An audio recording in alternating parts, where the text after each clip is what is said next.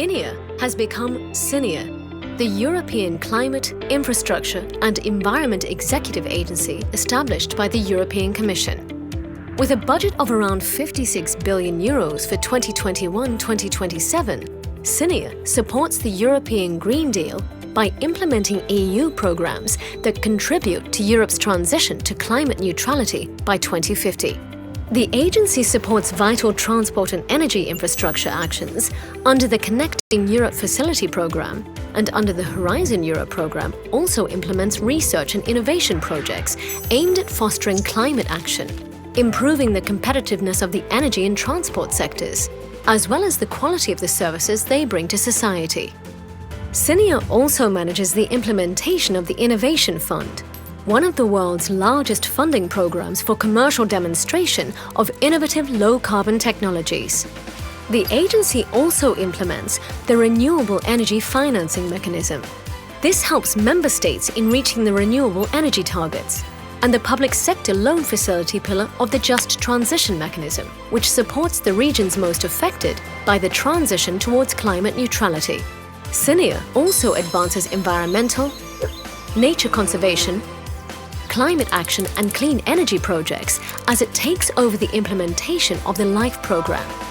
It is also in charge of the European Maritime, Fisheries and Aquaculture Fund, which supports the Common Fisheries Policy, the Union's Maritime Policy and the EU's agenda for international ocean governance.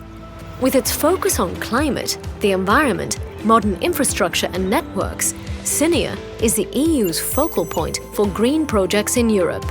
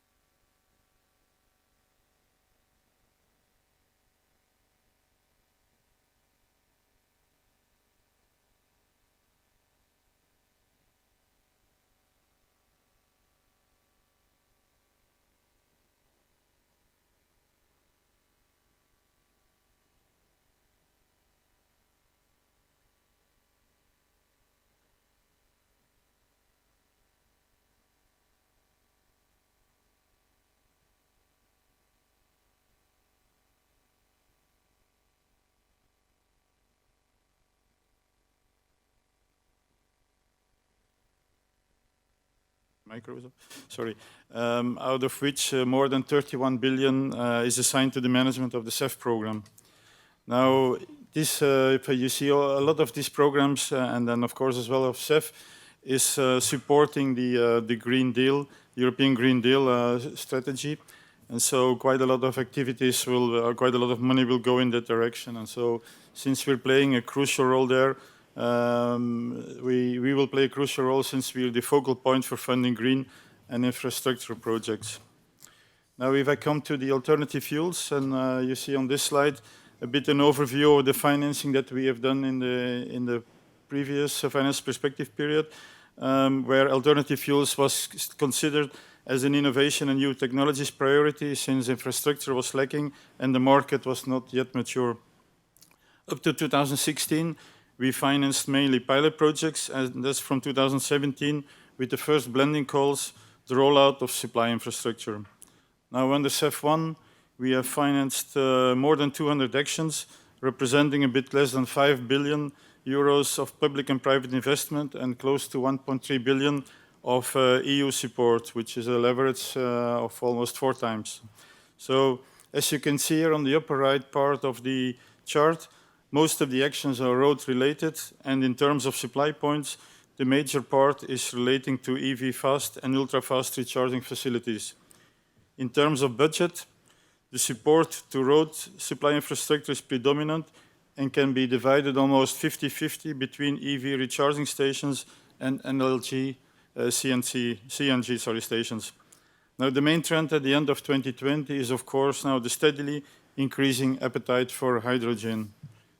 Now, in total, CEF supported the EU deployment of more than 20,000 EV recharging points, 150 hydrogen refueling stations, 1,000 LNG, CNG stations, and bunkering facilities in ports.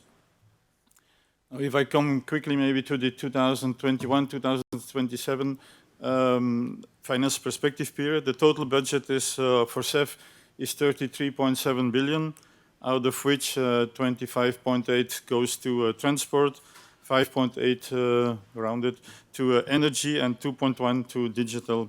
Now, out of these amounts, the parts that will be managed by SINIA are the transport and the energy parts. The digital part of CEF2 will be managed by the newly created HDA, or Health and Digital Executive Agency.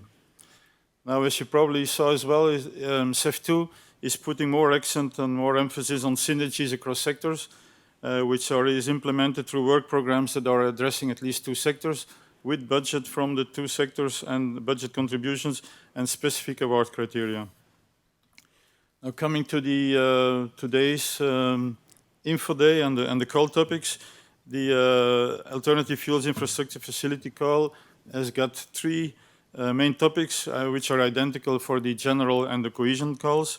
And now the objective is mainly to focus, of course, on zero-emission fuel for transport, and there's a transition as well on low-emission fuel but then only for maritime and inland waterways transport.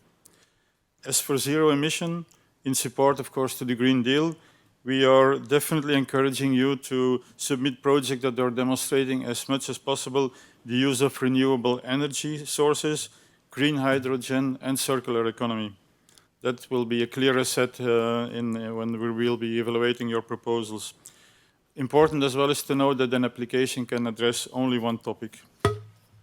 Now, finally, on our website, we have a matrix that will facilitate you the navigation and the access to the relevant topics in the funding and tenders portal. In the blue frames, you can see, for instance, the 3 main topics for alternative fuels in both the general and the cohesion envelopes. And if you click on one of them, you go straight to the relevant topic for you, and so you will immediately go to the funding portal. Now, this afternoon's Info Day, with this I will end my introduction. It will be full, or will be filled with a lot of information from colleagues from DG Move and from SINIA, which I think you should really closely follow so that you can prepare good proposals. So from my side, thank you for your attention already. Follow attentive this afternoon, and don't wait for the last day to introduce your proposals. And I will pass the floor now to Olivier Silla, who's head of unit in B2 Transport Investment in DG Move, and who will present you the policy context and the objectives. Olivier, the floor is yours, and all the best to you.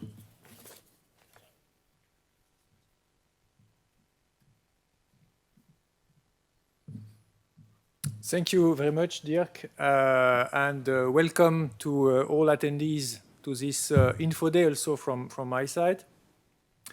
As Dirk was mentioning when presenting SINEA, you've seen that basically all the EU programs now comes really under the umbrella of the Green Deal.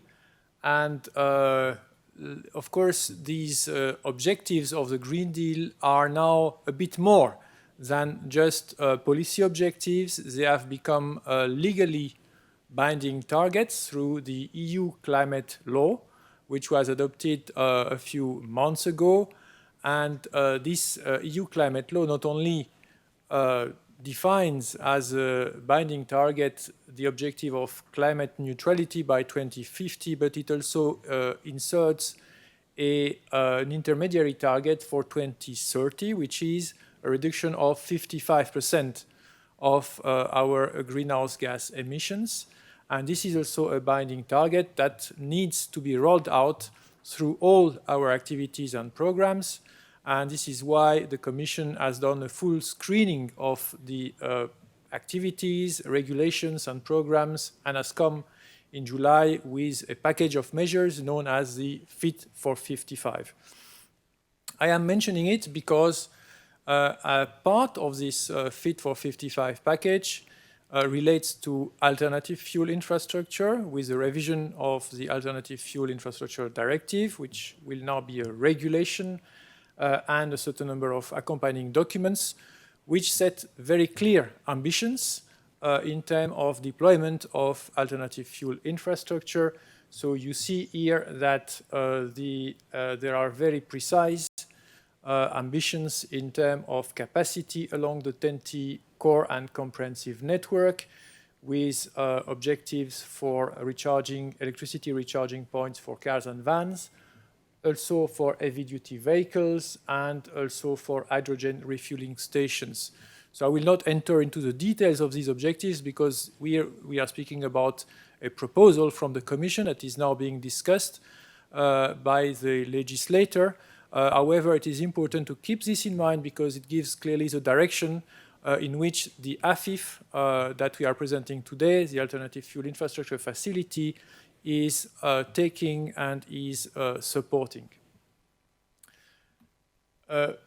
So this, of course, matches fully with the CEF policy objectives, which is to contribute to the Green Deal, to the sustainable smart mobility strategy, with 60% of the expenditures to be dedicated on climate objectives. You see here the budget of the CEF, 25 billion, 3 envelopes. What matters today is that you see the general envelope, 11 billion, and the cohesion envelope, 12 billion. For AFIF, this time we have designed an instrument which taps on the 2 envelopes, so the general and the cohesion envelope. This is why you have seen the different calls, as explained by Dirk, really with a purpose through the cohesion envelope to be able to increase the level of support in those concerned member states. The CEF was operationalized in a work program for 21-23. We have front-loaded 70% of the budget, so about 18 billion. So the first call was published also in September. We had an info day on the, let's say, classical call some weeks ago, and today we are focusing on the second part, this alternative fuel infrastructure facility, which has a budget of 1.5 billion. How does it work? So this budget is allocated for the full period 21-23. 1.2 is coming from the general envelope, so accessible to projects from all over the EU, while 375 are coming from the cohesion envelope and are eligible, can be used for projects that are located in the 15 cohesion member states. 2/3 of this budget is reserved for projects that are coming in the context of our cooperation with so-called implementing partners. So we are speaking here about the EIB, the EBRD, national promotional banks, all the banks that have worked with us in the context of the previous blending facility, and others, National Promotional Bank. We hope to reach out to more of them. And this, let's say, is the part of 2/3 of the budget is dedicated for projects that we will do with these partners. And 1/3 is for projects that will come with commercial banks, as we know that certain project promoters are probably already engaged with certain commercial banks to develop certain projects or would prefer to have this type of cooperation. And so this is also possible for 1/3 of the budget. Unlike a classical call where you have an opening date and a closure date, here we have indeed an opening date, but we will have 5 cutoff dates, meaning that basically applicants can come at any point in time, and depending on the date of their application will be processed in the first cutoff date, in the second, and so on, until September 23. So the last possibility for this alternative fuel infrastructure facility is on the 19th of September 2023. And you see here a bit the sequence. So for those projects that will come under the first cutoff date, 19th of January, We'll have the evaluations early next year, information on the results in May, and the grant signature somewhere in September, October next year. The reason for this rolling call is also, as the projects can be phased, is also that you come with projects that are really mature, or parts of projects that are really mature. So for instance, if your project is very large and foresees different steps, different batches in terms of deployment of electricity recharging points, for instance, you can very well cut it in pieces and come with the first batch in the first cutoff date, and then when you are more advanced for your deployment with another batch under the fourth cutoff date, for instance. That's absolutely possible. How does it work? Here, let's say the main difference with a classical call is that you first need to speak to a bank, be it the implementing partner or a commercial bank. You need to have your project sufficiently developed, and importantly, you need to secure the financing for your project. So you need to have the commitment of one financial institution to indeed support your project. It does not mean that you need to have a signed financing agreement at the moment of your application, but you need to have the principal agreement of the financial institution that, yes, they have looked at your project, and yes, they are ready to engage with you to support your project. So once you have done this, you will be able to apply. This is a very important point, because without that, your project will not be eligible. And as part of your application, you will see that there is a financial approval letter. It's a document that you can upload from the system, and that will need to be filled in by the implementing partner or the commercial bank, and indicating that indeed your project has been reviewed by them and that they have taken the commitment to support it through financing. And at that point, indeed, you can introduce your application through the interface that will be described a bit later this afternoon. Then we go through the evaluation process, and if everything goes well, your project is retained. In that case, the implementing partner or commercial bank is also informed, and you have the possibility to sign the financing agreement with them, and only once CENEA has a proof that indeed the financing agreement has been signed, they will sign the grant agreement. On the contrary, if your project is not retained for the CEF grant, well, then it is completely up to the implementing partner or the commercial bank to decide if they want to continue or not with you to sign the financing agreement. That's absolutely not a problem, and clearly you also have the chance to come back at a subsequent cutoff date if your project was retained because of lack of maturity, was not retained because, for instance, of lack of maturity. Clearly, you have the possibility to represent it to a subsequent cutoff date. A few words on this financial approval letter. Nothing extremely complex.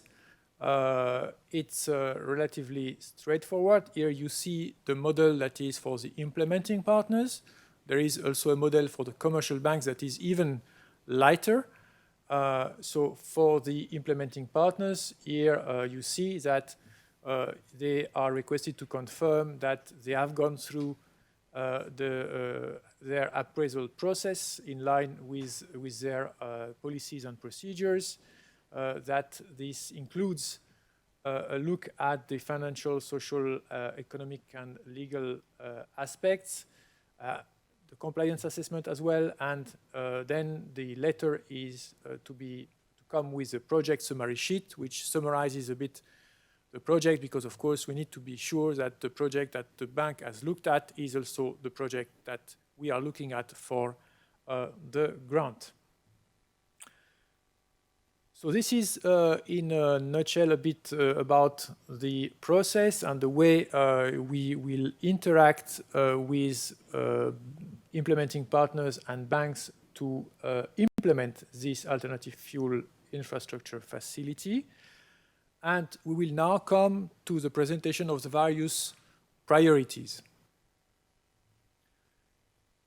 I will share this part with my colleagues, Alexandra Klenke and Hugues Van Onacker, starting just by a kind of panorama of what is eligible under AFIF.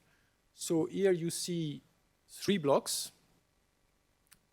On the left side, what is called AFIF unit cost relates to road electricity charging points.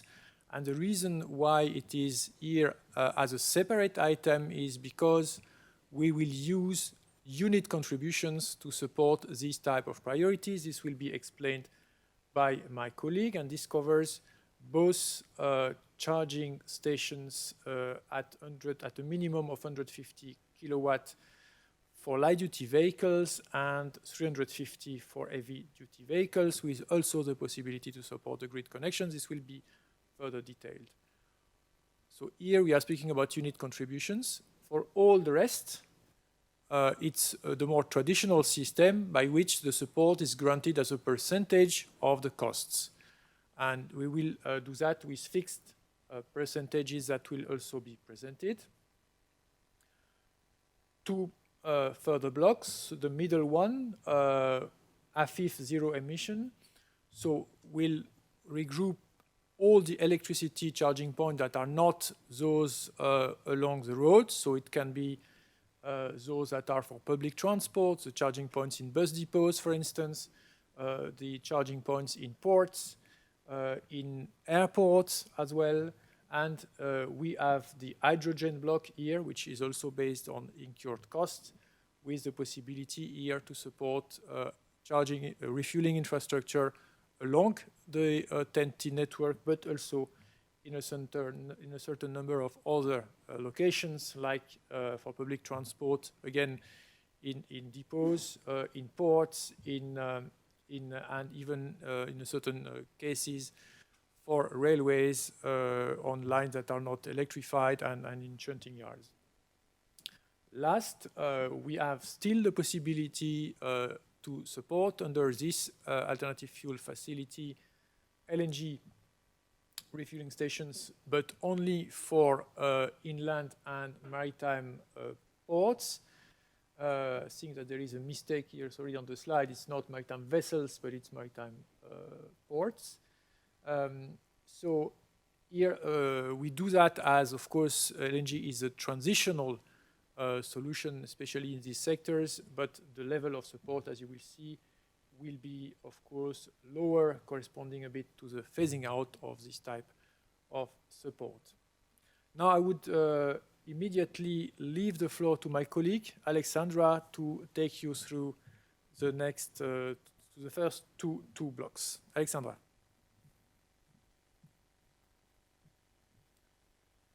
Welcome, everybody. My name is Alexandra Klenke. I'm representing Transport System and Intelligent Transport Unit, an unit who was preparing this proposal for the new regulation on alternative fuels. And I would like to explain you more in detail what about this. First of all, unit contributions. So it will concern mainly the electric charging points along the TEN-T networks, and separately there will be unit contribution to the grid connections. So as a separate help, and here you see that. This unit contribution will be differentiated according to the type of envelopes, if it is general or it is cohesion envelopes, and according to the infrastructure which is aimed. So we would like to offer the unit support for recharging points for light-duty vehicles with a minimum power output of 150 kilowatts. So for this fast recharging points, which are so important on the when vehicles will be traveling along TNT networks, and for heavy-duty vehicles, here with a higher minimum power output of 350 kilowatts. There is also the specification condition for a grid connection. Here we need to have a minimum power capacity of 600 kilowatt ampere.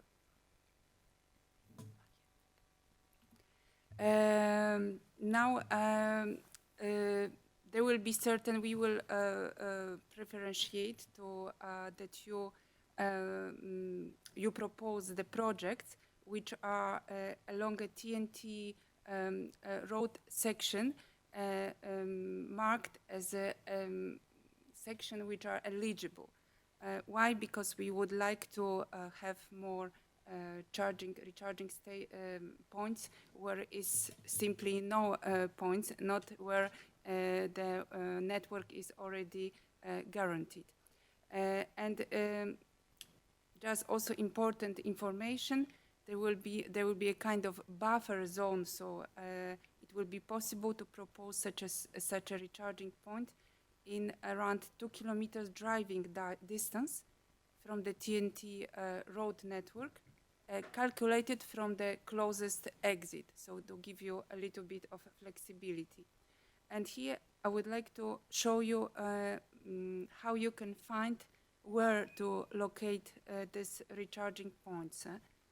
So you will be able to access to this. It will be a kind of TNT tech maps available. And here, just showing you this tutorial.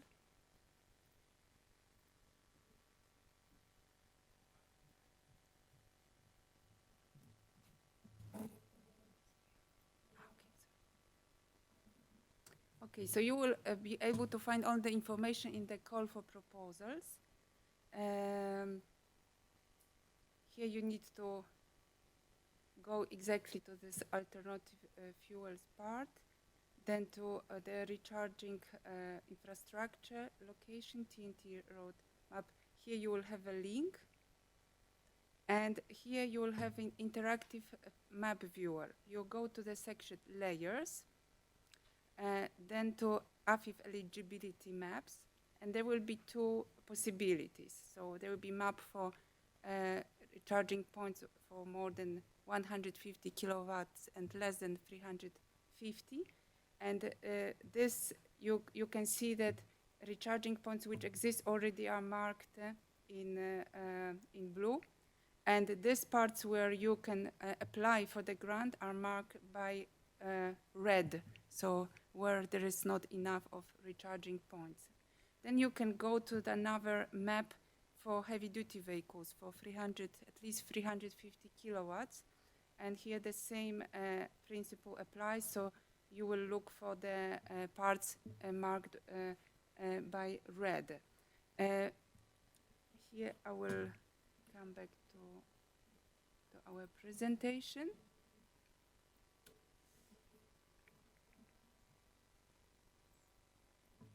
And you can see that this TNT maps will be updated in the regular intervals. So, so you, after each cut and after each of installation of a new recharging point, you can see where to apply, and you cannot make a mistake.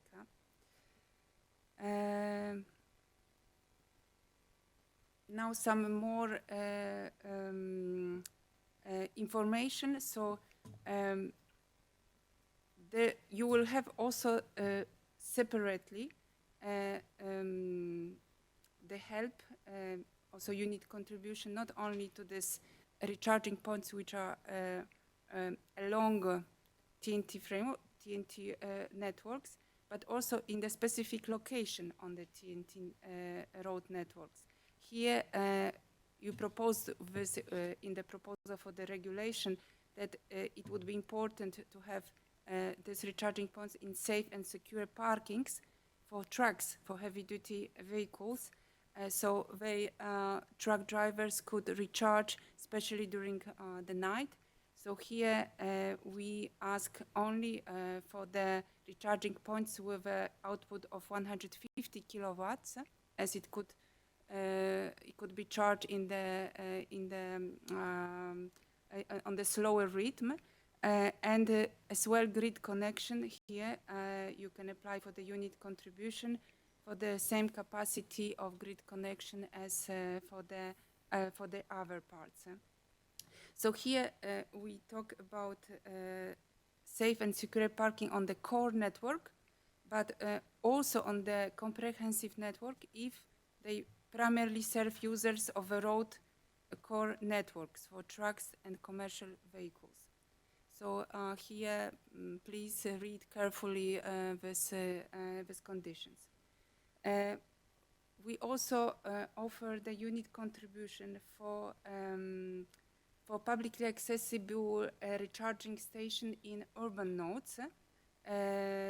For this dedicated, again, for heavy-duty vehicles with a minimum power output of 350 kilowatts, and the same for grid connections. And these urban nodes are listed in the Annex 2 of the TNT regulation. Here, it's not only important from your part to present the project respecting this minimum power output and the special location on the TNT. We also specify some quality conditions. So all these recharging points need to be digitally connected. Then they need to offer the communication between electric vehicles and recharging point, between recharging point and the charge point operated backend, roaming communications, then communication with distributed energy resources, electricity grid, and these recharging points need to respect the communication standards and protocols that are widely used. They should be open, non-proprietary, and all this for making possible interoperability along the TNT networks. It shall be also ensured that that when automatic authentication is offered at the recharging point, that the user can choose if take advantage of this or not. So if they want to charge ad hoc basis, so just to make all easy for users and encourage them to use recharging points. And they should be transparent. So it means that it should be easy for ad hoc recharging session, and the price per session or per minute or per kilowatt should be clearly displayed. So combination of the prices or one element of this. So here we see that this is this priority part 2. Then we offer not only unit contribution but also a percentage of the costs. And here there will be some projects in the of electricity recharging and hydrogen, and as well projects which support alternative fuels, which are not zero emission but low emission, especially in maritime and inland waterways. So here, concerning electricity, we will also support the recharging station supplying public transport in urban nodes. And here they will be specifically dedicated to bus depots, to opportunity-based charging devices, but as well to related energy storage facilities. And finally, the help here support will also cover electrification of airport ground operation, and so electricity supply to stationary aircrafts, but also supply facilities for ground operation vehicles. And here I will give a floor to my colleague.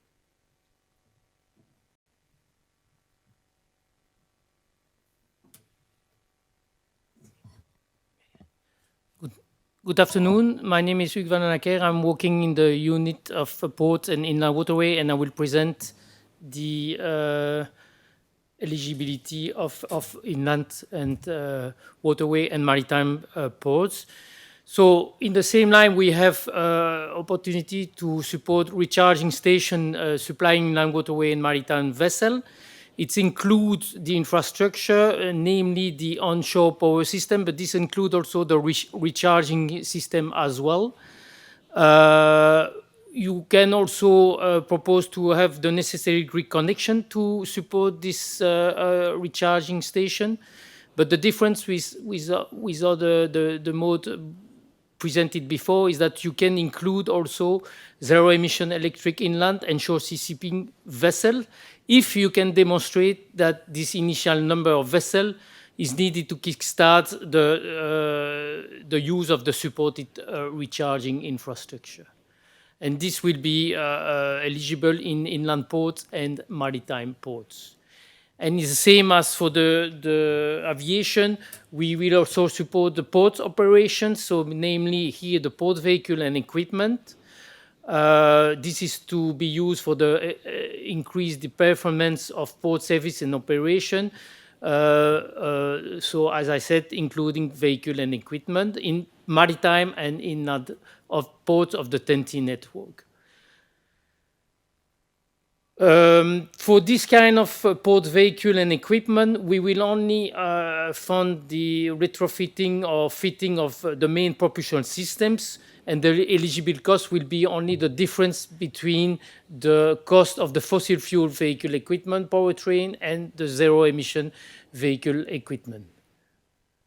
And this you have to approve in your proposal.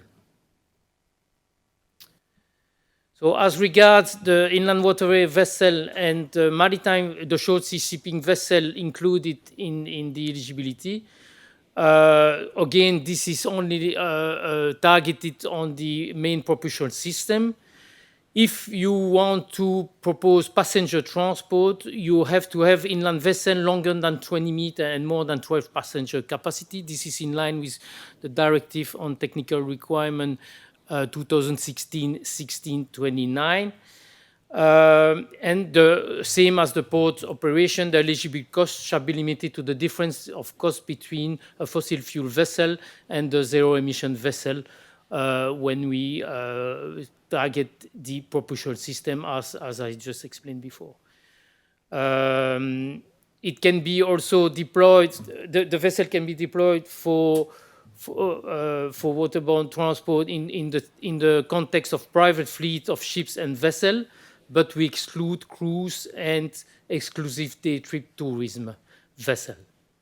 And on the condition that the vessel are operating under the law of a member state of the EU and serving EU passenger and cargo destination and other EU services, like for example the tugboat, predominantly of at least 5 years for the date they are put in operation. Then I pass again my floor to Alexandra for the hydrogen. So coming back, there will be also the support to the hydrogen stations for light-duty vehicles and long-haul heavy-duty vehicles. And here it concerns TEN-T network. So it should be on TEN-T network. And here, this buffer distance that was, as you remember, for recharging points 2 kilometers, here is 10 kilometers, and especially the urban nodes are here preference for the location. So TNT network and urban nodes, and here there are some specification which should have a station as a minimum. So they should supply liquid or gaseous hydrogen at pressure of 700 bar or at pressure of 350 bar and 700 bar. So just to explain that supply may be limited to 350 bar only in the cases when the location serve most captive fleets, accepting, because for example they accept only 350 bar pressure. Here there are also another part when we will support this hydrogen station when they are built for public transport. And here as well on TNT road network in urban nodes, and with the same principle of 700, 300, and supply may be limited to 350 bar only in the cases when of bus depots and locations serving captive fleets. So, so the same conditions. We also will support railways, so future hydrogen trains, and only in this part when it is not possible on the TNT network to electrify the railway on isolated networks as defined in TNT regulation, and in terminals for refueling shunting locomotives. So thank you, and I will pass the floor to my colleague again.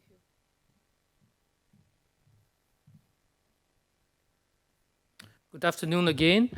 In same line of electricity, now we have also the possibility to support hydrogen refueling facility in inland ports and maritime ports.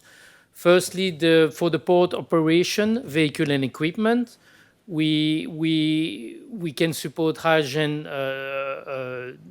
for example, crane or vehicle dedicated to the port operation.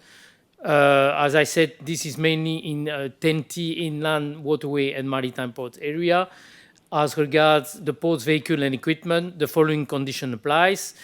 You can also fit or retrofit the main propulsion system to zero emission here in hydrogen, and the eligible cost shall be limited to the difference in cost between a fossil fuel equipment vehicle and the zero emission vehicle equipment as regards the propulsion system. And this needs to be duly evidenced by the applicants. For hydrogen refueling station in maritime and inland waterway ports from the TEN-T network, we will support this hydrogen refueling station, whatever you provide, liquid hydrogen or gaseous hydrogen, but at pressure of 350 bar and 70 bar. In the same line as electricity, we can also support vessel, short sea shipping vessel and inland vessel, if you can demonstrate that the initial number of vessel is needed to kickstart the use of the supported refueling infrastructure. Some conditions for the support of inland waterway and maritime vessel in this topic. You can fit or retrofit the main propulsion system only. For passenger transport, the same condition, you need to have minimum 20 meter, but the capacity of more than 12 passengers on the ship. The eligible cost shall be limited to the difference between a fossil fuel vessel and a zero emission vessel for the propulsion system. And the deployment of hydrogen and fuel cell power vessel for waterborne transport can be for use in private fleets. So this is okay. But we exclude cruise and exclusive day trip tourism vessel on the condition that the vessel are operating under the law of a member state of the EU and serving EU passenger and cargo destination and other EU services, for example, the tugboat, predominantly for at least 5 years for the date they are put in operation. And something a bit additional to electricity, if you want to have, you can support pure hydrogen supply format for maritime application, but also hydrogen carrier fuel like ammonia are also eligible. The third fuel is LNG. So we will support also refueling stations supplying inland waterway and maritime vessel for LNG. But this is only limited to the infrastructure. We are not supported the vessel for LNG. And we will support this infrastructure in 10T maritime and inland ports. We also support the storage facility for transport sector only. And we also can support the bunkering vessel because you can imagine that LNG can be provided by a vessel within the ports. But we insist that LNG refueling infrastructure is supported only as a transitional solution, and priority for the proposal will be given to action demonstrating that you have a progressive uptake of bio LNG in this context. Thank you. I'll pass the floor now again to Olivier Silla.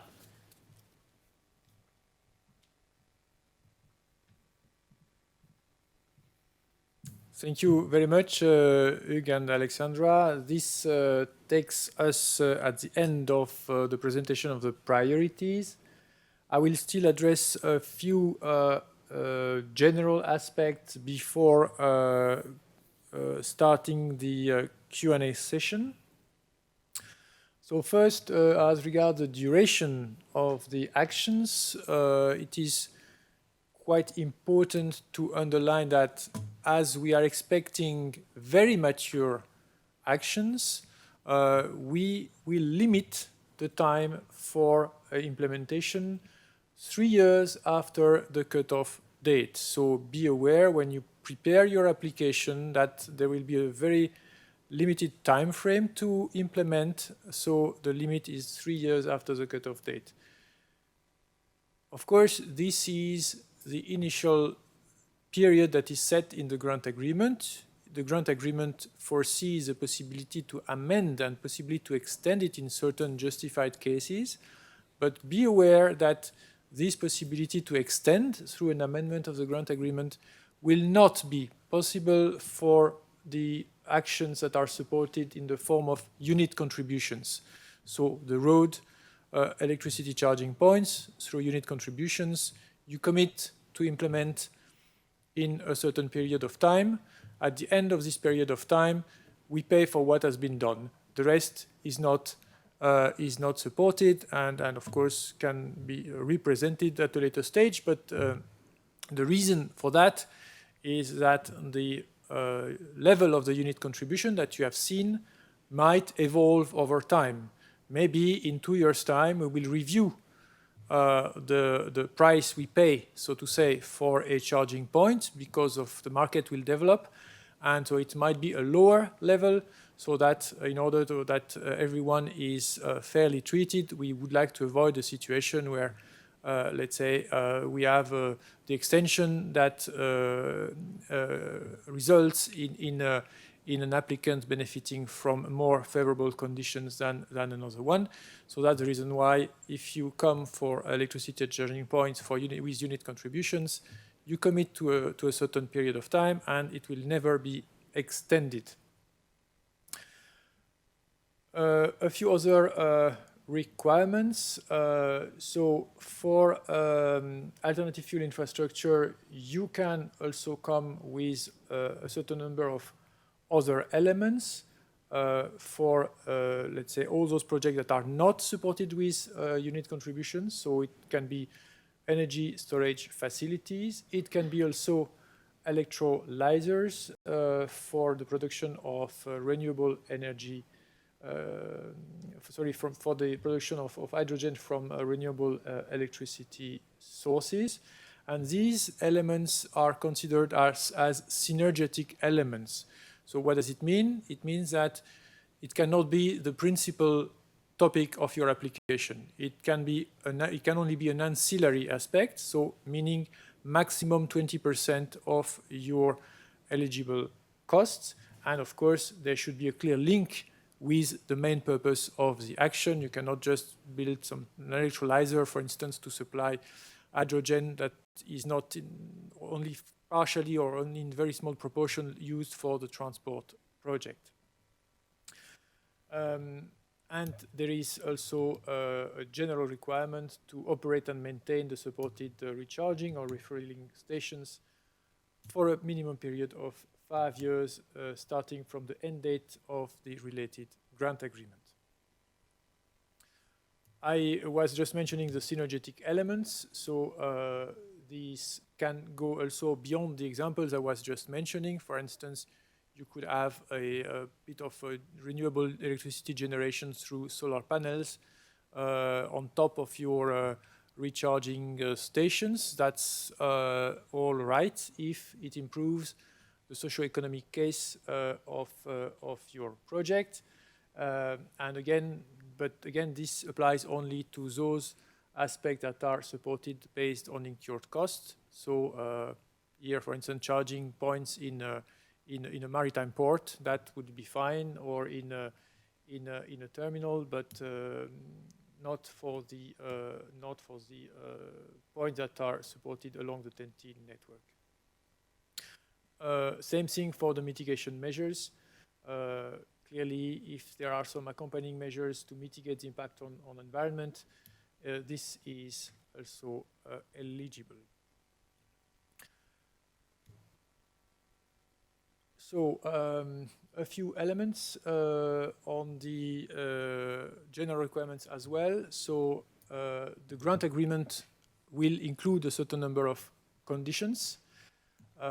When it comes to the charging points for road transport, charging and refueling, so there will be some requirement concerning accessibility, concerning signposting, concerning the access of users with reduced mobility, concerning assistance, as my colleague was explaining, concerning the way users can pay and choose to recharge or refuel only on an ad hoc basis without registration or commercial agreement, and a certain number of conditions in relation with data that has to be provided.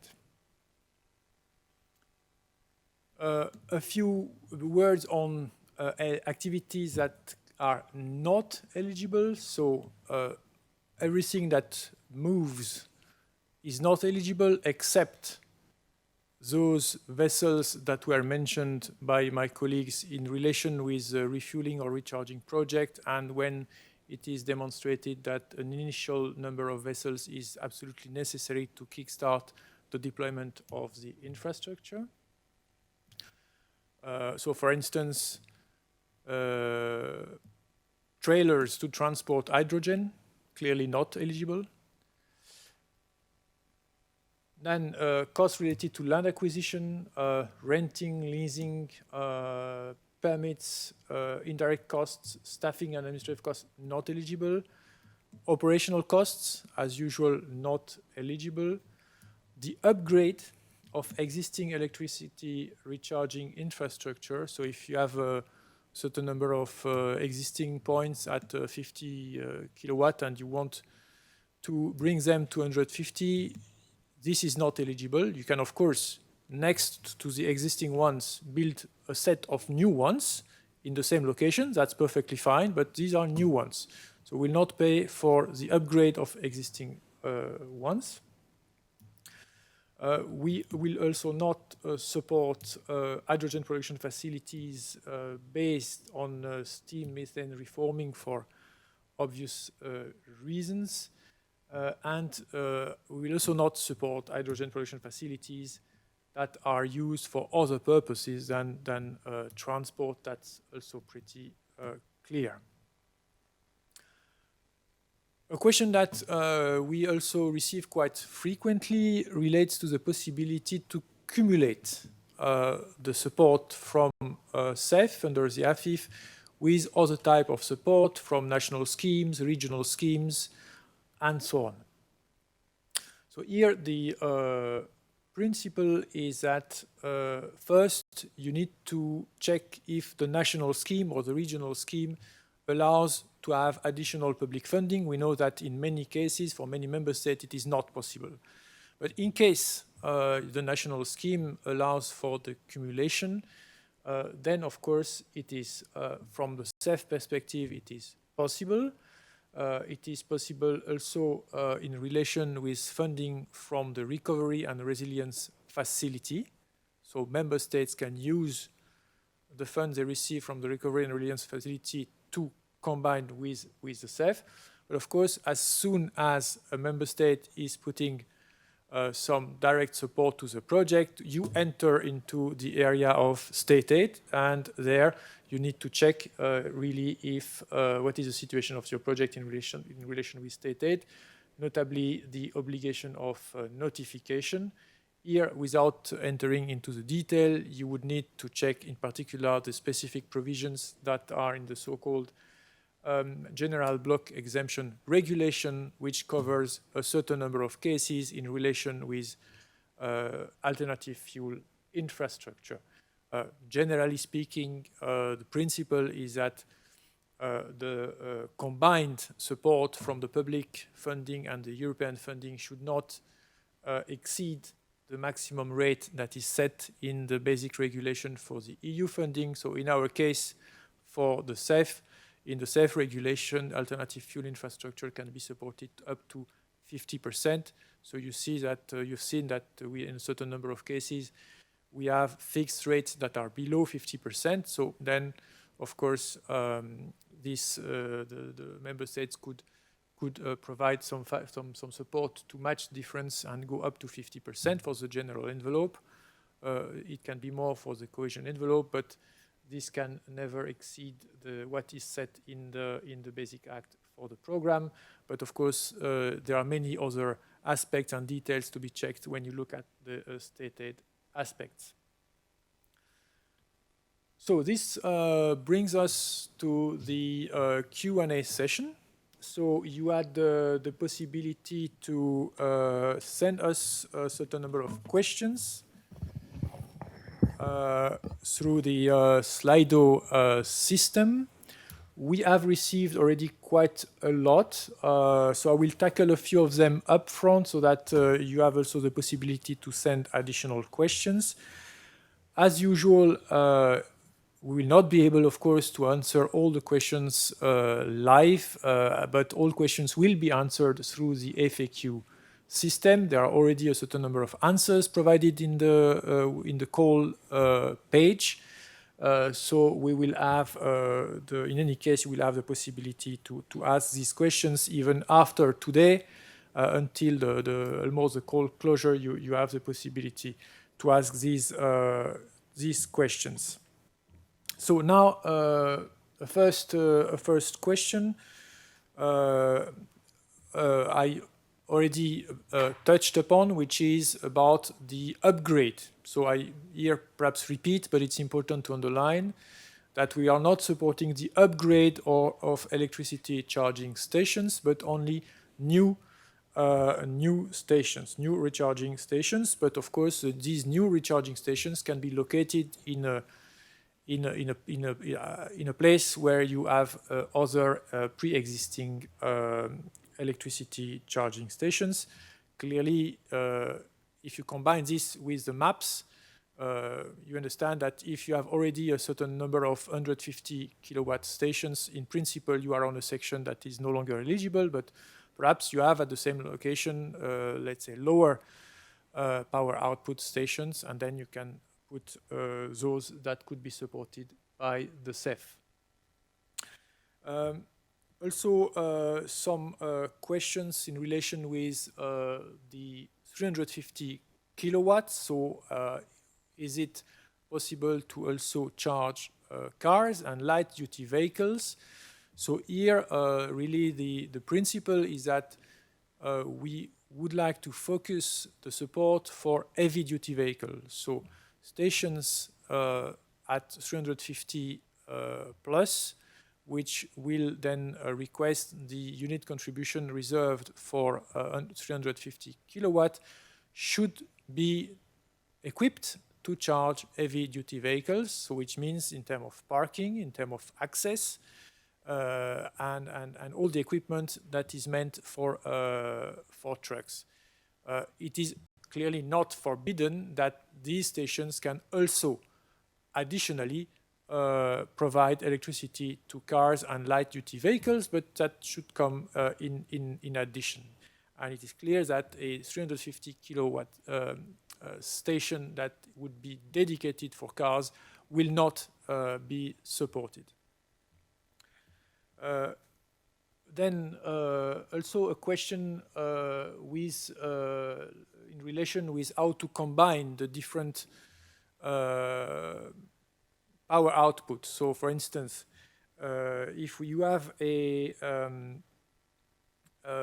charger with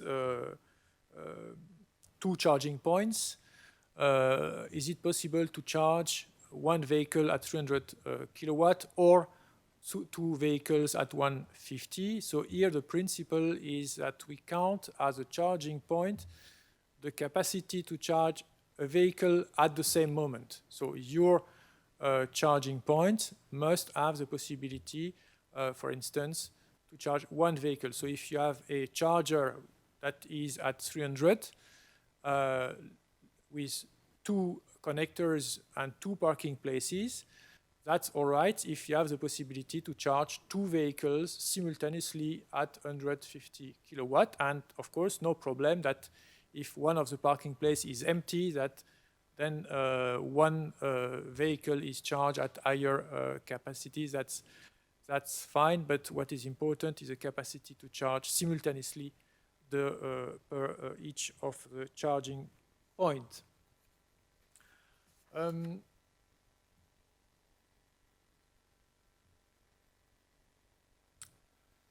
So then it is also clear that if you think that there is a market to develop chargers that are much higher than 350, no problem, this is also eligible, but you will only get the unit contribution that is foreseen for all those stations at least 350. So there is only one tariff for that. So I think I partly addressed these questions. I don't know if we can scroll down.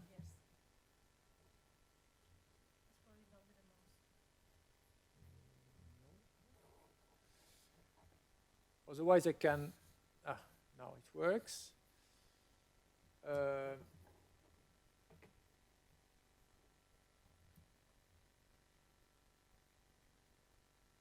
So I perhaps address the issue of the electrolyzers. Yes, of course, electrolyzers are eligible wherever you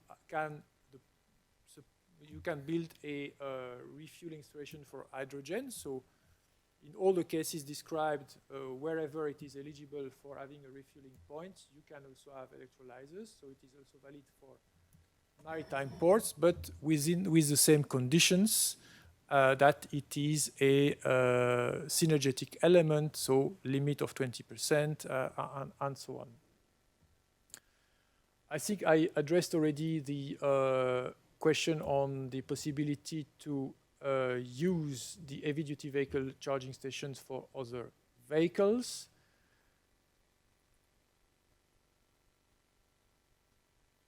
Now, perhaps some questions that we have also received in terms of hydrogen.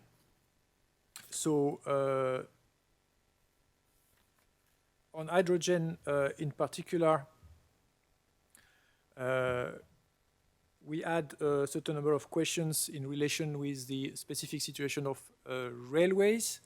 So as regards railways, again, this is possible in two cases.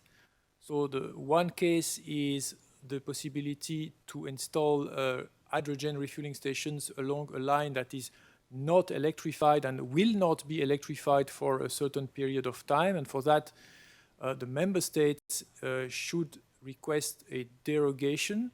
And based on that, we, if it comes with the application, then the piece of line will be eligible for hydrogen refueling stations, or more generally for rail shunting yards, where you know that for the moment mainly diesel locomotives are used, and if there is a possibility to replace them, and we know that certain are appearing on the market, this will also be eligible.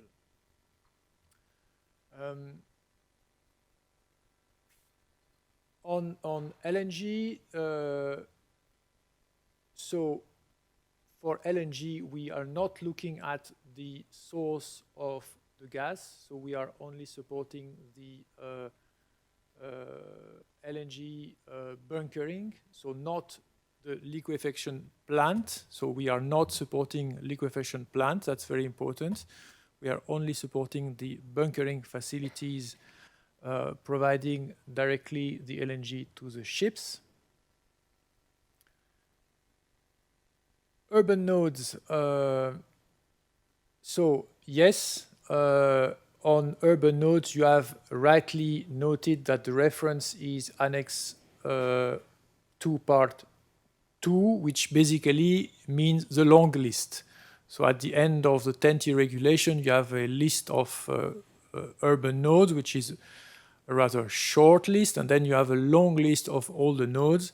So here when we refer to nodes, wherever in the AFIF, we refer to the long list that is in the TEN-T regulation.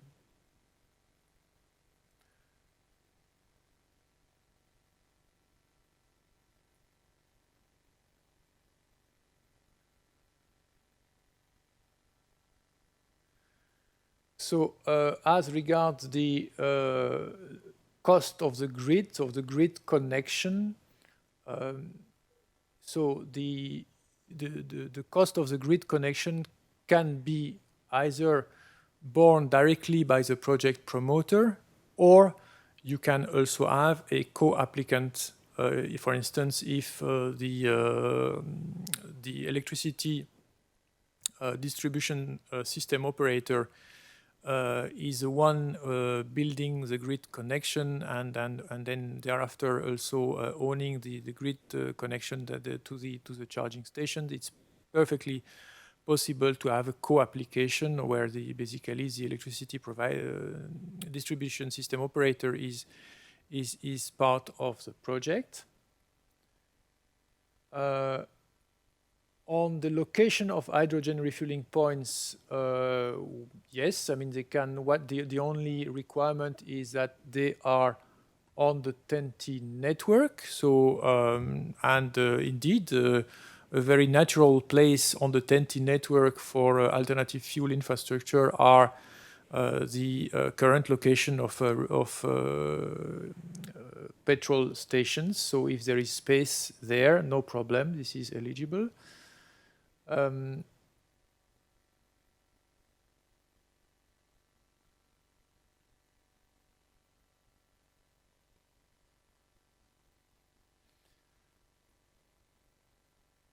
So opportunity-based charging devices, what does it mean? So this here more in relation with public transport. You know that for public transport, the buses or in particular can of course be charged when they are in the depot, but there are also systems where basically they can be charged a bit along the way at certain places in the city, And this is what these opportunity-based charging devices refer to.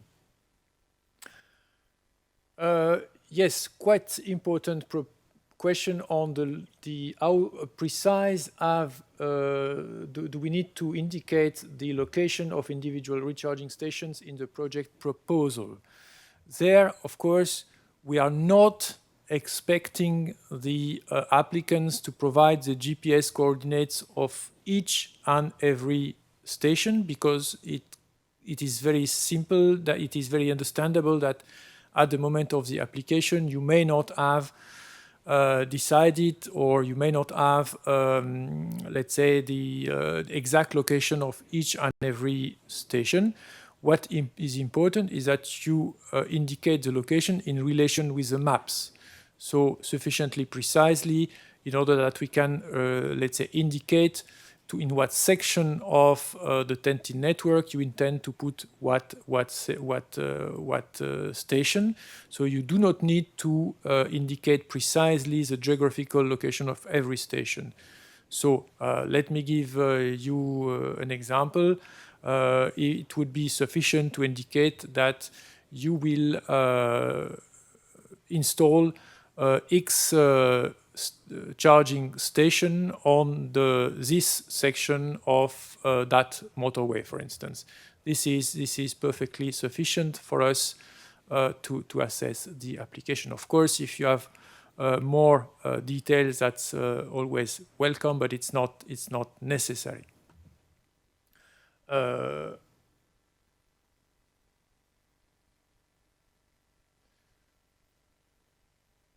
So LNG-powered vessels are not eligible,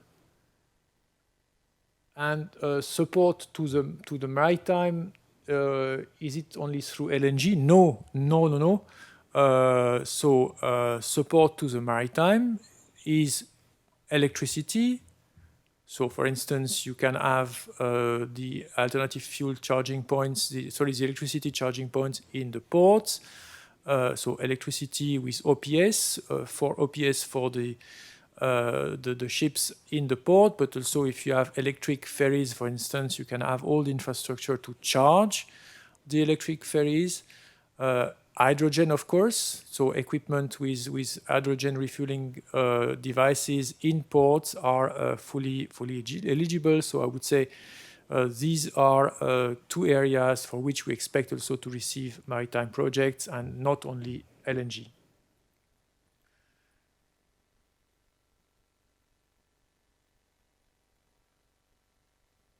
So in terms of level of support, so you have seen in the presentation the fixed rates. So for hydrogen, it's under the general envelope 30%, 50% for the cohesion envelope. So this is also indicated in the, you can come back to the slide with the rates.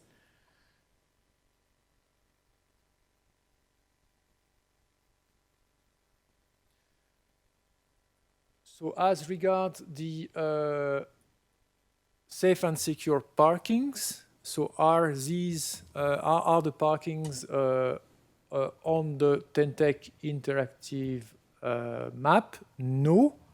So the map is only indicating the location for the section of the TEN-T network where you can put the charging stations, and so the safe and secure parkings come in addition to the map. So if a charging point is in a safe and secure parking, it does not need to be in relation with the map. It is in addition to the locations that are in the maps. So to summarize, you have three possibilities. Either you are on a red section in the map, or you are in a safe and secure parking, or you are in an urban node for the heavy-duty vehicles. So three location possibilities for electricity charging points.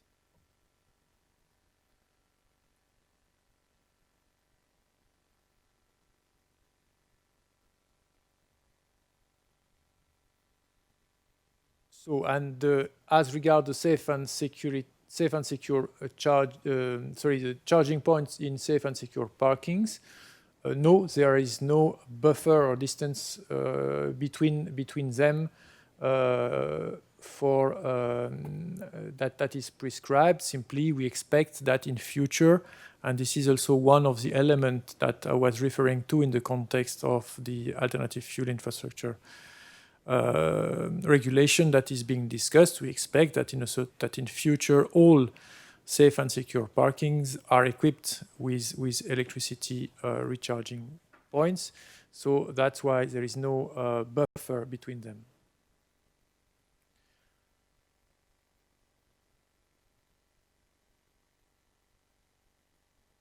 So then I see a certain number of more technical questions on hydrogen. I think we will address them rather through the FAQ system. The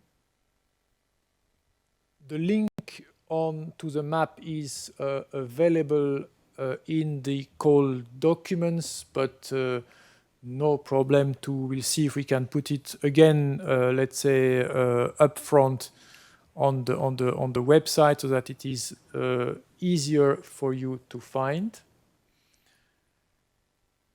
Hybrid passenger vessels are not eligible. So what we also mentioned that only the main propulsion system is looked at. So if I know that there are a certain number of projects that are using an ancillary electric engine to approach the port, for instance, but this is not eligible. We were only supporting vessels that are in connection with recharging projects for electricity and hydrogen, and this regards the main propulsion system.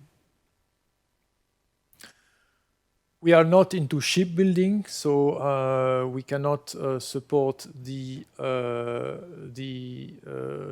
let's say the yards or the activities that are for the development of ships. This is not the purpose of the program, but of course here you need to refer to other possibilities, notably under Horizon Europe when it comes to research and innovation, and there is indeed some important initiatives in relation with hydrogen, and you can also, of course, refer to the fuel cell joint undertaking for these activities.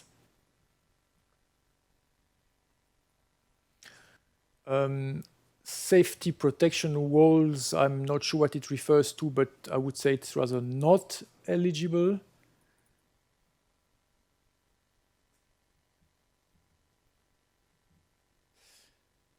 Funding for electrolyzers, yes, it's only on-site. We cannot support, let's say, electrolyzers that are disconnected from the refueling points. Of course, you can have one electrolyzer that serves a certain number of points, but it cannot be, let's say, a generic electrolyzer that then is serving a certain number of applications, among which a certain number of refueling stations. So there should be a clear link between the refueling stations we support and the electrolyzer.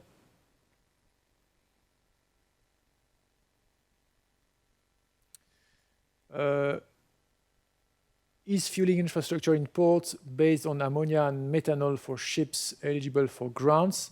So here again, in the call text, when we refer to hydrogen, we refer to hydrogen in a broad sense. So we know that there are also liquid ways of carrying hydrogen or derivatives from hydrogen.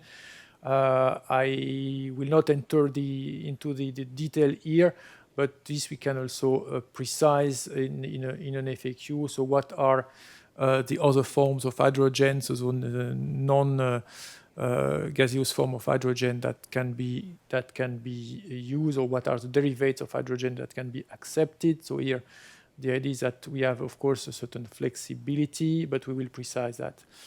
And I see that I cannot scroll down anymore, so I have probably come at the end of the questions on Slido. I have not answered all the questions clearly, as certain questions were sometimes a bit too technical to be answered orally. So we'll come back, of course, on the list of all the questions that we have received and address them through the system.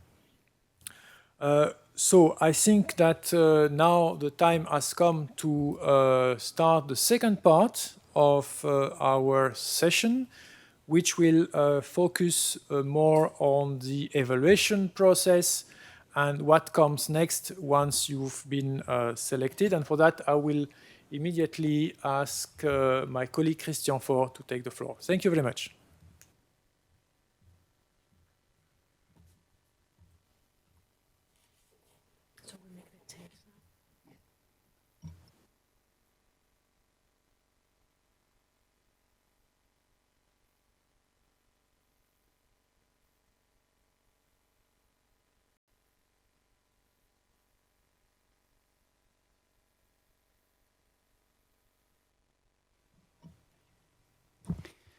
Good afternoon. I'm Christian Faure, head of Unit B3 in CENEA. This is the unit in charge of the alternative fuel infrastructure facility.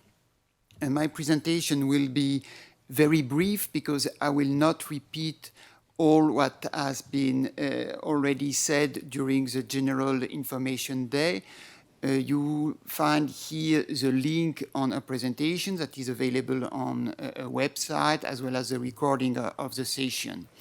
So almost everything that was said is valid, but I would still like to underline 3 points. So first of all, as explained this morning, applications under the Alternative Fuel Infrastructure Facility needs to be submitted with the support of an implementing partner or another financial institution. When applications are submitted with the support of an implementing partner, they do not need to transmit also a CBA. But if they are submitted with the support of another financial institution, then a simplified CBA is needed. Second aspect, we are working with different cutoff dates. So this is one of the main specificity of the AFIF. The first cutoff date is the 19th of January 2022. And this is only for this first cutoff date that costs are eligible as of the 1st of January 2021. And then we also try to optimize the evaluation process also in line with this aspect of cutoff dates. So the main novelty, if I may say so, is that the evaluation will be internal, done with the support of CENEA colleagues and DG Move colleagues, with a view to speed up the evaluation process and ensure that you are informed on the result more or less 4 months after the deadlines, so before the next cutoff date kick in. So these are the main novelty, and as said before, all information was already provided in the general information call. This is the same for the award criteria. These are the very same as under the general call, but of course we'll take account of the specificity of this call. So we'll pay particular attention to aspects linked, for example, to the use of renewable energy sources, to the contribution to the circular economy, and to the use of biofuels. And obviously we will pay also a lot of attention on maturity. As we have different cutoff date, as this was said, we will expect you to submit your proposal when really it is mature, so at the right cutoff date. So having said this, I will leave the floor to my colleague Gauthier, that will develop the requirements and specificity of the simplified cost-benefit analysis that apply again only to applicants that submit a proposal with the support of commercial boards and non-implementing partners. Gauthier, floor is yours. Thank you, Christian, and good afternoon to everyone. Yes, indeed, I'm Gauthier Clar. I'm running the financial engineering sector within A1 unit of CINEA. And today I would like to take you through the proposed setup for cost-benefit analysis in the context of alternative fuel infrastructure.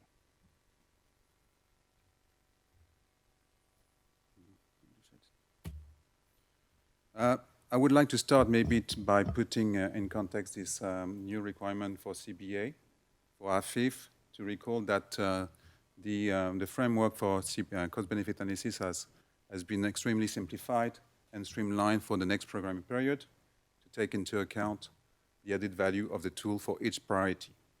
So you don't need to know all this, but previously there were requirements for full CBA. Some other categories, no CBA is required, or CEA, cost effectiveness analysis. But here we introduce a notion that is a simplified CBA that is relevant for the alternative fuel infrastructure. So basically, the setup for alternative fuel infrastructure, as Christian mentioned, is very simple. Two cases here. Either your proposal is submitted with the support of an implementing partner or not. If the proposal is submitted with the support of an implementing partner, you don't need to provide any kind of CBA. No CEA, no CBA, no simplified CBA. But if your proposal is not submitted with the support of an implementing partners, i.e. with the support from a non-IP, then you need to provide a simplified CBA. I will describe later what is obviously the simplified CBA. Maybe a word here, why such a difference? It's because, as Olivier explained, in the case of a proposal submitted with the support of an implementing partner, as you can read, the project has been subject to a comprehensive risk-based analysis, including financial, technical, environmental, and social. But not only that, as part of the application, you will have to submit a financial approval letter that will confirm that the financing has been approved on the basis of a favorable assessment of economic analysis. And this is why, when your proposal is submitted with the support of the IP, we consider that this socio-economic analysis has already been done, so no need to provide that again. On the contrary, no such requirement exists on part of the non-implementing partners for the other financial institution. So therefore, you need to provide something. However, this something is less, let's say, is less than a CBA. I will explain. But before I explain what is a simplified CBA, it's not to say that whatever the case, you don't need, obviously, to provide information for the impact criteria. As a matter of fact, you still need to substantiate your application for the award criteria by providing, if not a cost-benefit analysis, if your proposal is supported, but in any case with other forecasts of end-user take-up, for example, traffic and so on. So don't forget that in any case. Now, coming to the simplified CBA. Maybe I can explain just outlining what is a simplification. In a full CBA, normally you had to provide a standalone report and a CBA cash flow template. Clearly, the simplified CBA is departing with this practice, so you don't need to provide a standalone text document. You don't need to provide a cash flow template, but instead you want to provide the simplified CBA calculator. And basically, the simplified CBA is a simplified CBA Excel calculator. Why is it simplified? Because it requires fewer inputs to produce output indicators. And basically, this part is automated. So therefore, the calculation of externalities and monetization of time saving is completely automatized. So that's a major simplification for applicants here. Now, there are few things, but very few things that you want to pay attention to. You want to click and tick 3 boxes in this Excel calculator. Very simple, but of course not to forget, otherwise it will consider that it's not a simplified CBA. You want to tick, of course, the sector, and here you need to click transport. You also want to tick the cost benefits option in this economic appraisal method. And finally, but importantly, you need to tick this box, yes, you want to calculate the financial performance indicators. There are a few things, so 3 things, but don't forget to obviously to do this.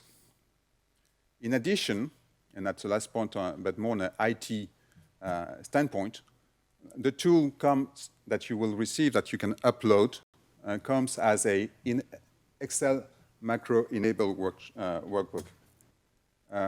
But this environment is not, let's say, capable to be operated by the evaluation environment. So therefore, before submitting this simplified CBA, you must save it under a different extension without macro, which is the .xlxs. And that will remove the Visual Basic Project, i.e. the code of macro. And that's obviously an IT thing, but it's very important. Otherwise, we will not be able to open the simplified CPA for evaluation. I want to conclude on this short presentation, adding that you will find also on the call text and related documents, called documents, you will find a note on the scope of socioeconomic assessment. CNEA has been, let's say, updating the guidance on how to define socioeconomic assessment.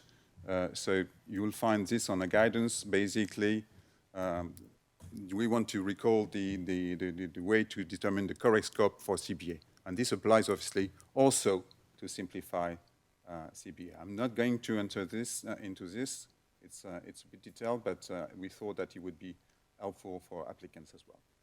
So I'm concluding here where you can find this guidance on economic appraisal. We will obviously be, let's say, glad to answer any questions through the NFAQs. That's for me. Thank you very much for your attention.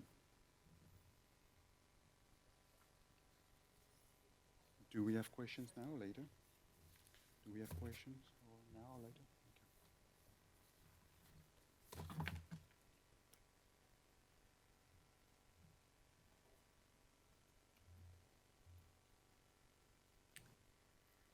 So good afternoon.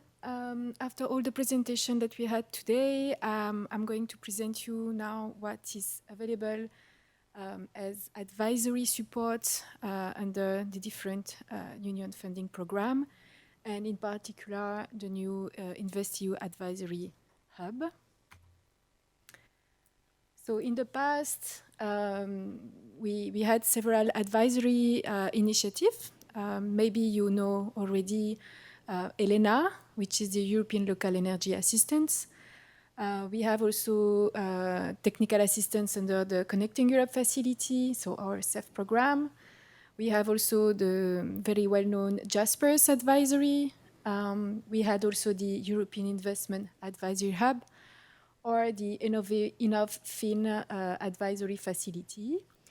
So all those different facilities are still for the moment running, of course, then they will continue to be operational. However, under the future multi-annual financial framework for the period 21-27, we decided to merge all those facilities in one hub that we call the InvestEU Advisory Hub. So the advisory will be provided by the EIB, as it was in the past, but also by other new advisory partners. So the purpose is really to have one single entry point for all the advisory requests. What type of advisory you could have? So the advisory is really covering the full life cycle of the project. So it can be very upstream. It can be also during the preparation of the project or in the implementation.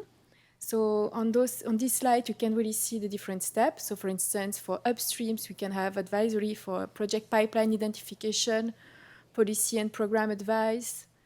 In terms of preparation, you can have support for technical advice or also advice on financial structuring. Also support for selection and supervision of consultants for technical and financial studies to support your project preparation. And also, as I said, support for the implementation itself of the project. There is also support for capacity building, which is possible, but more in terms of technical issues, like for dissemination of best practices, etc. Of course, in the context of the CEF Alternative Fuels Facility, we want really a mature project. This has been said several times today. But we wanted to give you this overview of advisory which is available. The central entry point will be operational only from January 2022 at the latest. As I said, the support is provided by the EIB, but also other InvestEU Advisory partner. You can continue to directly also submit your request through the InvestEU partner. So the central entry point is there, but there is still this possibility. And finally, who can beneficiate from this advisory? So any public private entities, but also the national promotional banks, institutions, and other intermediaries. Thank you.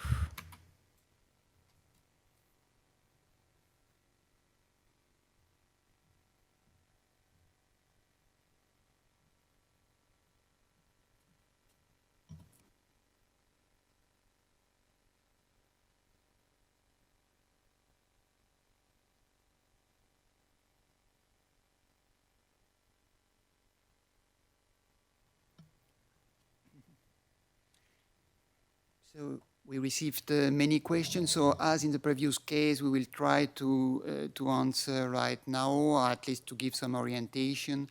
But of course, we will reply to all questions in written. So the first one on the need of commercial banks. So all questions related to the involvement of implementing partners and banks, I will let them for move to reply, and I will focus first on those related to the evaluation process as such.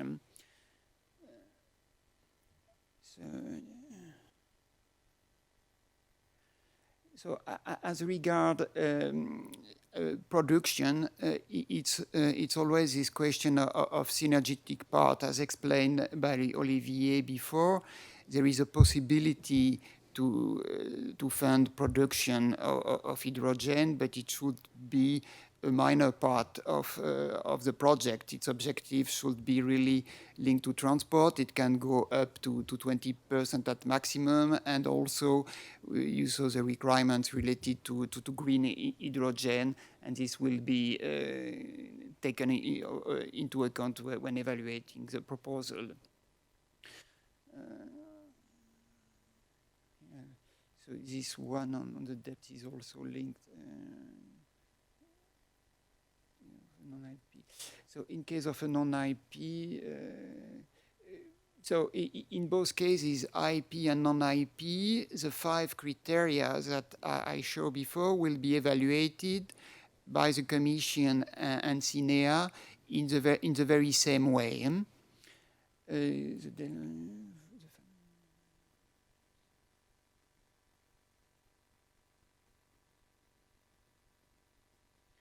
So, in fact, in the application, you need to include the letter for approval of the IP. So I will let move details exactly the schedule, but the idea is indeed that you have before the application already engaged in discussion with the IP and got confirmation of their approval, and then the financing agreement should be concluded before we sign the grant agreement.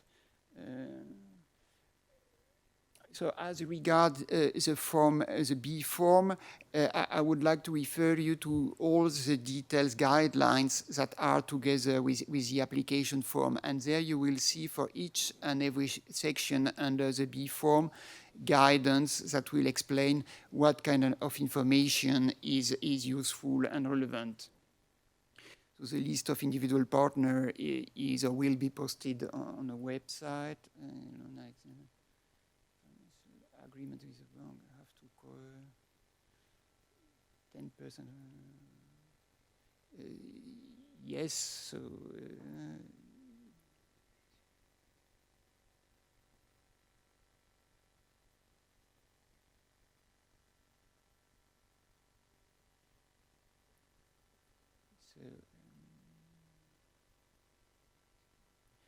as regards the support to studies, we clearly are supporting implementation and works activity. So it's not about study and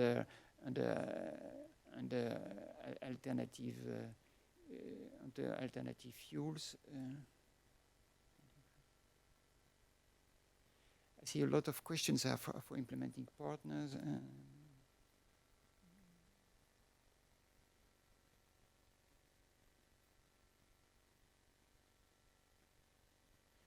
So yes, there are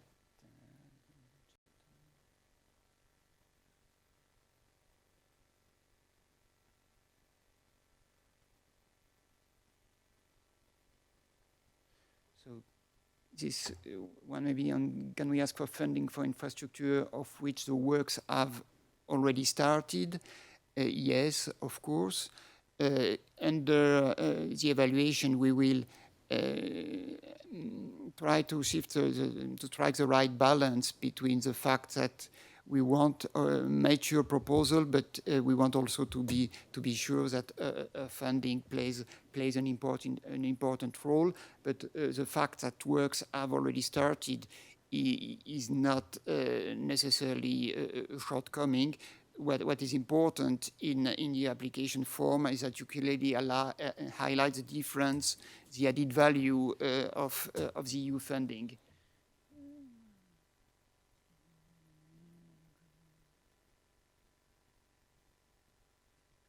So here, this is the same.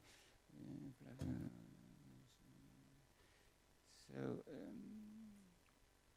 As regards this question of beneficiary applying for the construction and the operation, we will reflect on it. But indeed, there is a clear call requirements related to the maintenance in operation of the facility over 5 years, and but we will have to reply in details.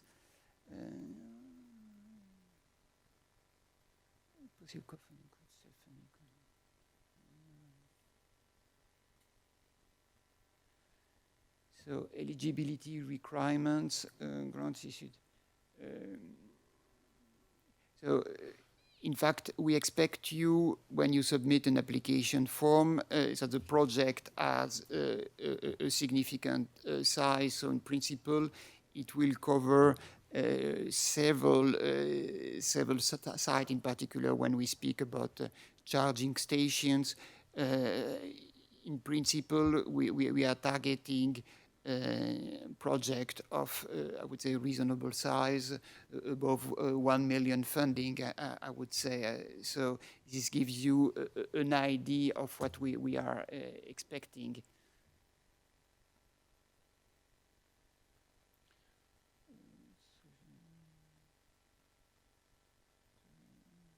This question, very simple project, I don't know.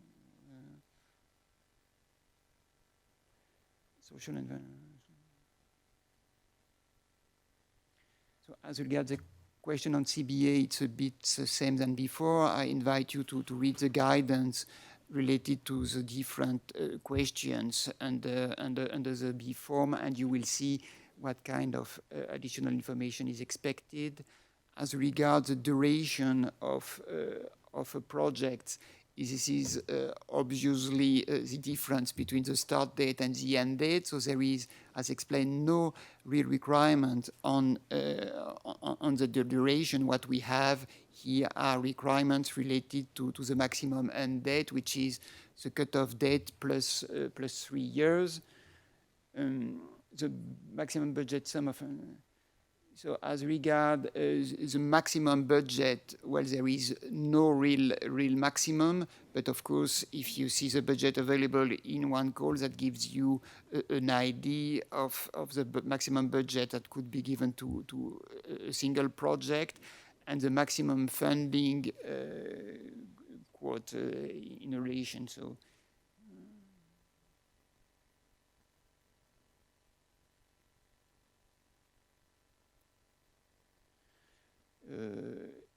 In principle, joint venture could be eligible, provided that it fulfills all the different requirements that applies to the call. So as regards the pre-financing guarantee, they are calculated basically when we see that according to a number of financial ratios that we compute, we consider that there could be a risk for the EU budget to provide a pre-financing. We request a bank guarantee, and this bank guarantee should cover the full amount at risk.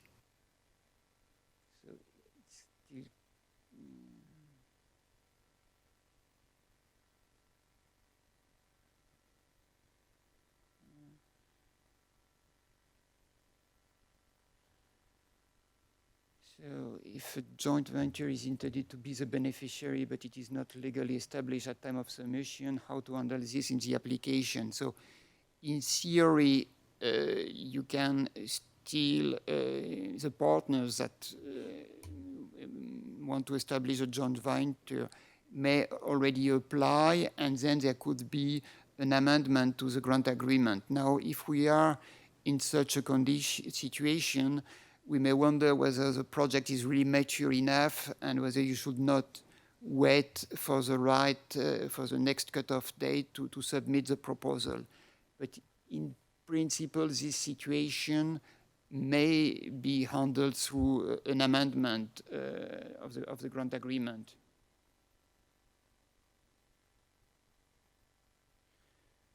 So as regard unique contribution, well, projects can be in only one member state, but of course we are analyzing the EU added value of the project among the different criteria, but one member state is perfectly possible. I see. I don't know if it's coming back, or maybe I will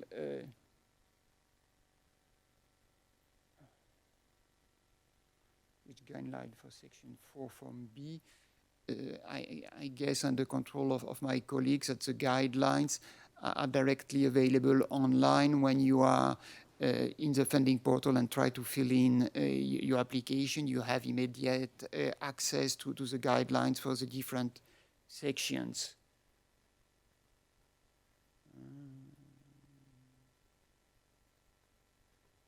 So for this kind of work, well, I don't know what kind of work, but the question of EIA and CBA is a bit different. So as explained, you will need a simplified CBA for project submitted via commercial banks, and you do not need it for projects submitted with the support of an implementing partner.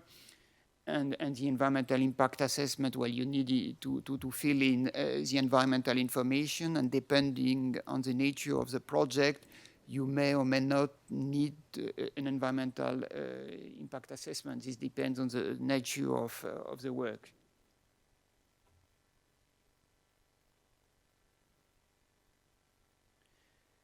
So here we have again a question on this catalyst effect. So in theory, yes, energy production can be in this 20%, but as explained, it has to be in clear relation with the project. You have to demonstrate the added value, and also, as explained, we pay a lot of attention to the aspect on renewable energy sources. So this is certainly something you need to take into account. So for IP, I will let you.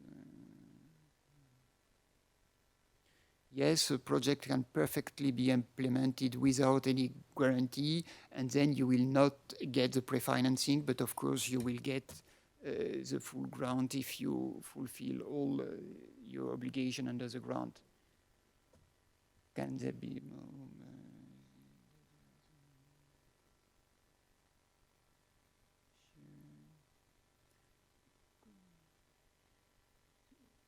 So we know that it is sometimes a bit a challenge to get the certificate within 60 days, but this is nothing specific to the alternative fuel facility. So I guess that in this call too, you will do your best to fulfill the deadline.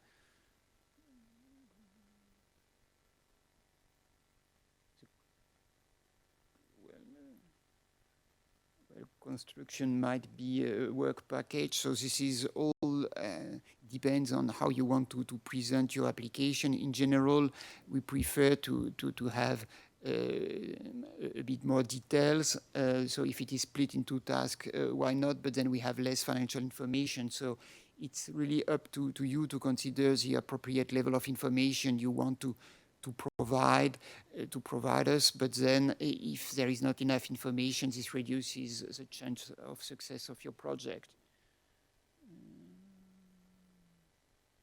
So maybe I will let you, Olivier and Julie, take the rest, because I think a lot of questions are coming back.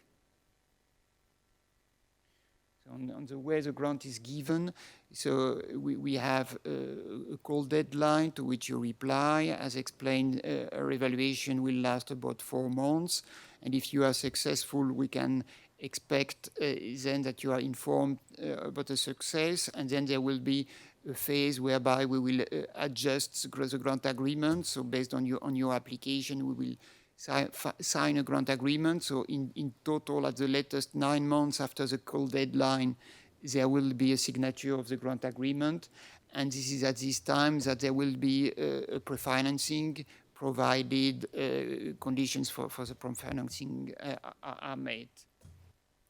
And then there will be further payments made based on the progress. A city authority, yes, it can be a beneficiary of the program. Unit contribution, it means that we are not looking anymore at invoices, but we are looking really on results. So you have a fixed amount per stations, and if the stations is in operation at the right time, you get the amount, and if it is not, you do not get it. So it means that you do not need anymore to justify the cost. The unit, the level of the unit has been determined in a way that it should correspond to the average cost.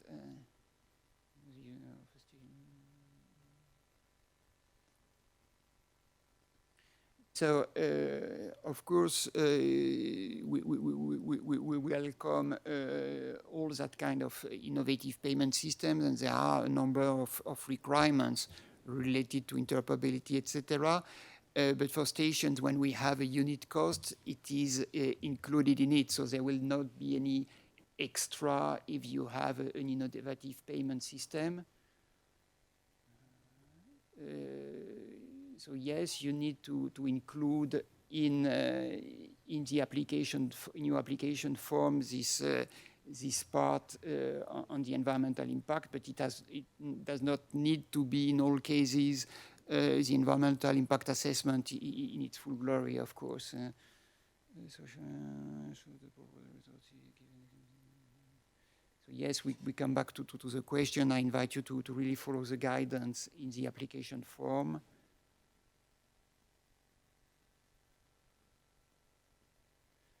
I think for CBA, you got the explanation on the simplified CBA.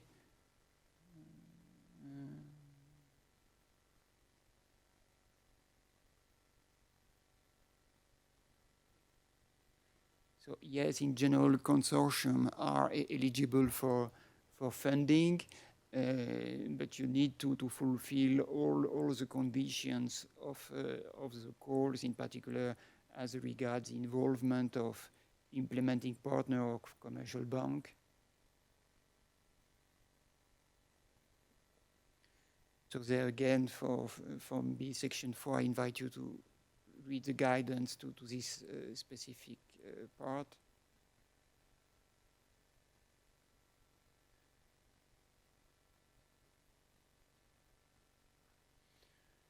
So for the hydrogen refueling station, we pay mainly the work. So if this is part of the general contracts work, I think it will be eligible, but this is something we will look at.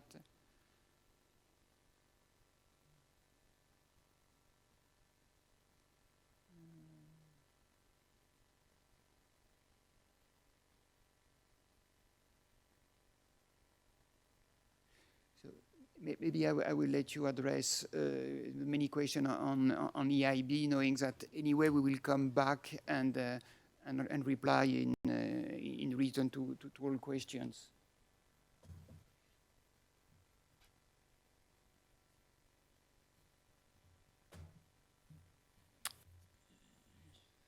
Yes, I'll try to come back on a certain of these questions.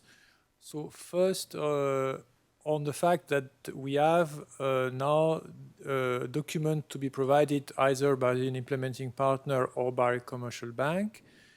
This does not mean that the member states are no longer involved.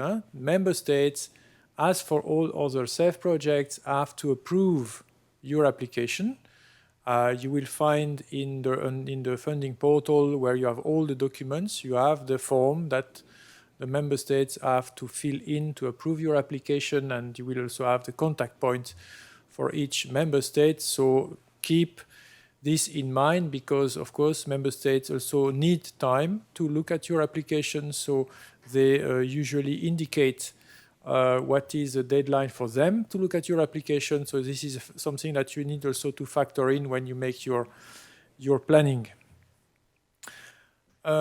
When it comes to the implementing partners, so who are they? So we are about, I can perhaps say that, we are about to sign in the coming days with the EIB. EIB will be the first, and then we will sign with others.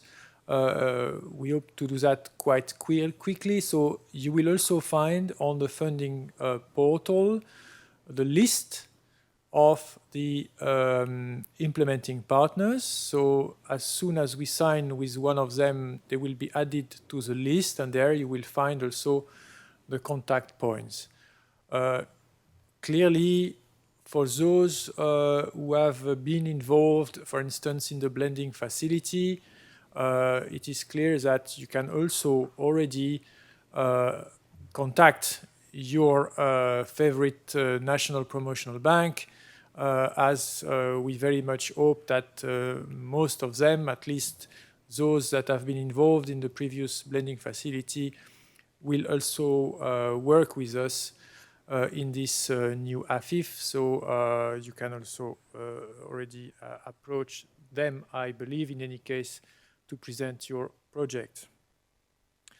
On the duration, there were some questions. So just to repeat, so there is a limit which is 3 years after the cutoff date. So your grant agreement, the end date that will be written down in your grant agreement cannot be later than 3 years after the cutoff date. However, as for this first cutoff date, the costs are eligible as from the 1st of January 2021.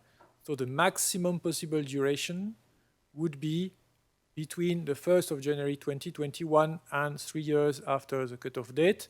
And in that bandwidth, if you wish, you can have your project realized. On the form of financing, is it necessary to have a loan?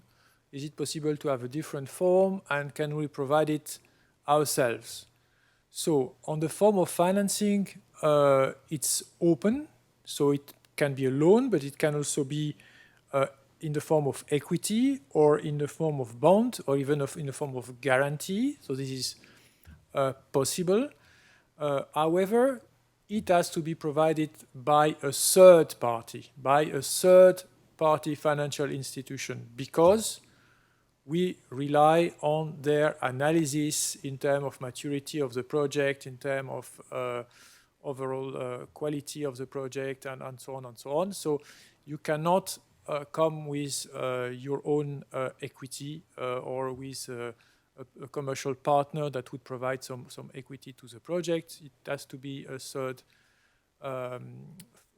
implementing partner or a third party bank. On the synergetic element, just also to perhaps repeat, so synergetic elements in the field of energy are not limited to what is eligible under CEF energy. We are speaking about something different here. It's energy in the broad sense, and this is why we can take on board certain elements of energy generation. As you know, energy generation is not as such eligible under CEF energy, but here we can take it on board for CEF transport as part of a synergetic element. But if you do so, it has to be within the limit of 20% of your eligible cost, and clearly you have to demonstrate that it improves the socioeconomic case of your project.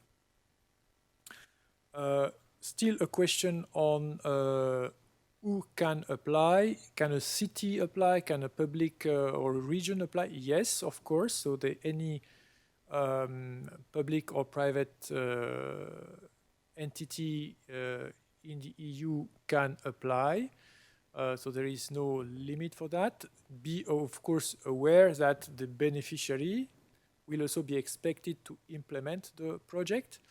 So what is also feasible is that you have, for instance, a city coming with the company or the public company or the concession holder that will de facto implement the project and run the charging stations. This is something that is possible. So you can have different applicants for the same project. Of course, there should be one coordinator. So in that sense, the city could be the coordinator, and then you could have either a local agency or a company that is also a co-applicant and will be a co-beneficiary in the grant agreement. So I think I've gone through a few additional points. Now looking at my colleagues, perhaps one or further aspects so to be tackled by Alexandra. There was a question concerning the requirements concerning recharging points on the way of payments for users. And the question if this AFIF would cover the retrofitting of existing recharging points to ensure the new requirements concerning the payment. So here in my presentation, I didn't cover this, so this is coming on the top on the requirements that I mentioned, that we would like that new recharging points, they have this offer at least or possibility of payments by a banking card, by a terminal, or by the reader of a card contactless. Now, unfortunately, in this by this instrument, we can cover only new recharging points, while at the same time we support that you retrofit the existing recharging point, and this is what is in our proposal for the regulation. Maybe I can use this opportunity still maybe to come to this one of the first questions that Olivier was already answering, but just that maybe everybody understands what we mean by recharging point and recharging station. So recharging point, it's can only charge one car at a time, And then you have all the installations, so recharging station, when you can have several recharging points. So if you have, for example, recharging station, when there are 2 recharging points, which can one separately at the time charge a car at, for example, 150 kilowatts, then you would, for this station comprising 2 points, you would receive 2 unit contributions. So just to explain, because it can be the source of confusion, that we all well understand what is what, and of course you can still ask us question for specific situation, and we will try to clarify.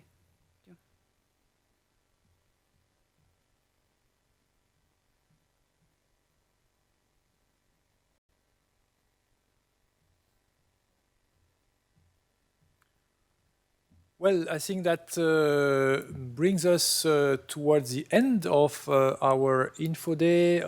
As I was mentioning, there are certainly some questions that could not be completely answered, or in any case, for the questions that are recurrent, we will make sure that they also appear in the FAQ system, because it's important that you can also refer to a written answer on all these aspects. We will do so in the coming days. You can still enter questions, of course, in the FAQ system that we will process as we receive them. I hope that this info day was useful to you. I would like to thank very much my colleagues from CINEA and from DG Move who participated to this info day. And I wish you a nice end of the afternoon. Thank you very much.